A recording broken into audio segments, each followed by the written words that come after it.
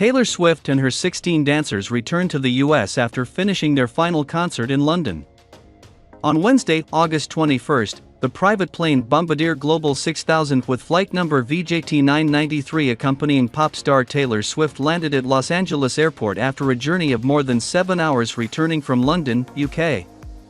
Taylor Swift has officially ended her The Eras Tour in Europe. Now she has returned to the US in the anticipation of fans, and especially Travis Kelce is also looking forward to this. The August singer, 34, performed the 8th show of her Eras Tour at London's Wembley Stadium on Tuesday, August 20th, overtaking the number of nights Michael Jackson played at the same venue during his Bad Tour in 1988.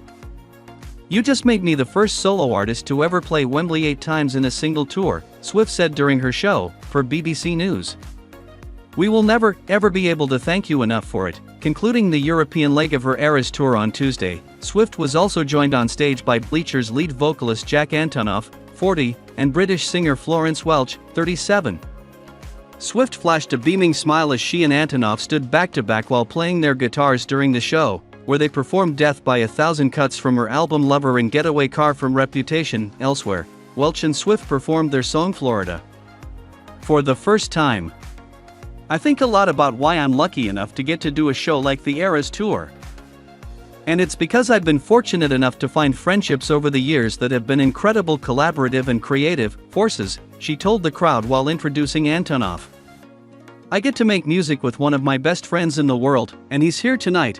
She added that the songs she and the Grammy-winning producer performed were some of her favorite ones that we've done together. Swift and Antonoff's musical collaborations include Cruel Summer and the singer's Grammy-winning albums 1989, Folklore and Midnights. Antonoff also co-wrote and produced Swift's 2022 song Antihero. Swift is set to return to the United States for more shows from her Eras Tour. Fans will first get to see the blank space star at the Hard Rock Stadium in Miami on October 18th, alongside Gracie Abrams. Taylor Swift has been working around the clock these last few years, releasing multiple re-recordings, several new albums, and a worldwide tour. But none of this will satisfy her fans, who keep asking for more. As she released a brand new music video for I Can Do It With a Broken Heart, fans think there might be another The Eras Tour documentary on the way. The Eras Tour has set multiple records, the latest one at Wembley, as Swift became the first solo artist to perform 8 shows during the same tour at the venue.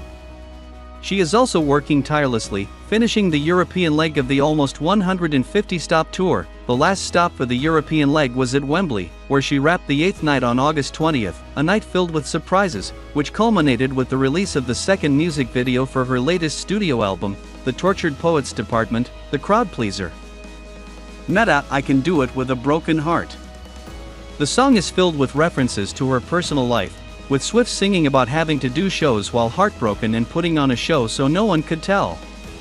In typical Swift fashion, the meta references don't stop there, because the performance on the tour are just snippets of other dances throughout the night, and the music video is a compilation of behind the scenes revealing what's happening before the curtain, and after, opens. From rehearsal clips and clearing out a long-running rumor about how Swift arrived backstage at the concerts in the cleaning cart, the I Can Do It With a Broken Heart music video is a gem filled with explanations about the makings of the Eras Tour.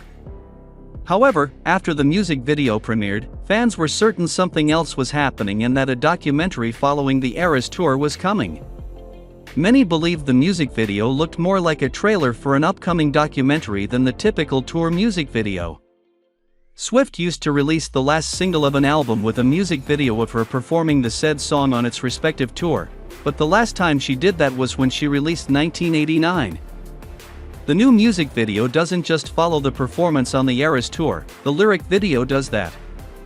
Instead, the official music video is a look at how she put together the tour. Of course, Swift has already released the Eras Tour, Taylor's version, a record-breaking concert film that premiered on October 13, 2023, in theaters, and on Disney Plus on March 15. However, the concert film was exactly that, a filmed version of the shows Swift puts on every night, before she added the Tortured Poets Department segment. Given how intricate the tour is, fans have many questions about how it all happened, and, while the official music video for I Can Do It With a Broken Heart solves some of them.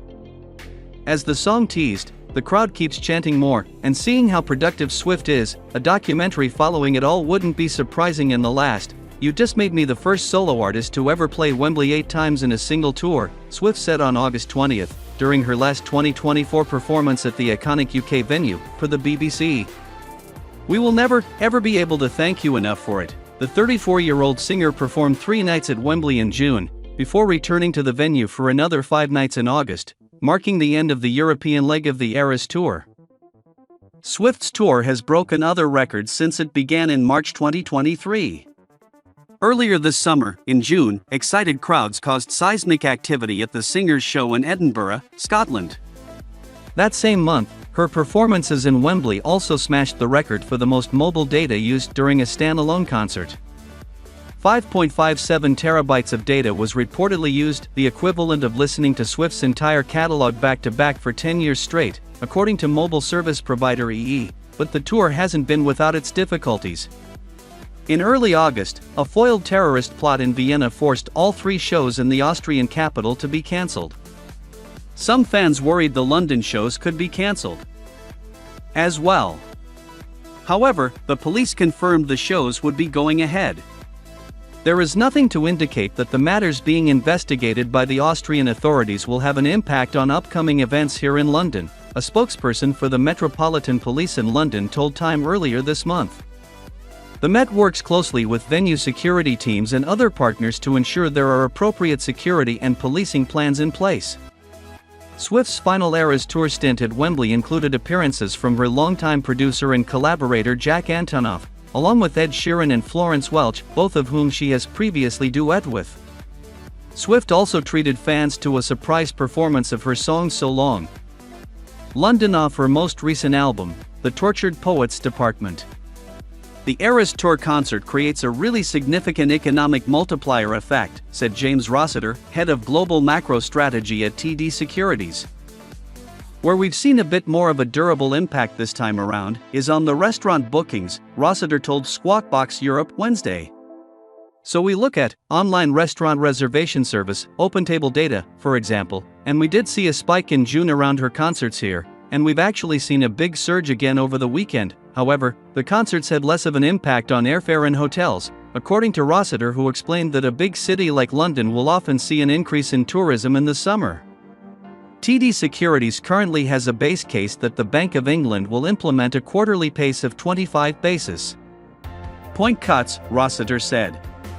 Earlier this month, the bank delivered its first interest rate cut in more than 4 years, taking the key rate to 5%. TD Securities previously said that the Eras Tour could be enough to defer a possible September interest rate cut, such as the potential impact it could have on the country's inflation data. Rossiter said Wednesday that he expects the central bank will act cautiously when implementing rate reductions. The tone of their August meeting was quite a cautious one.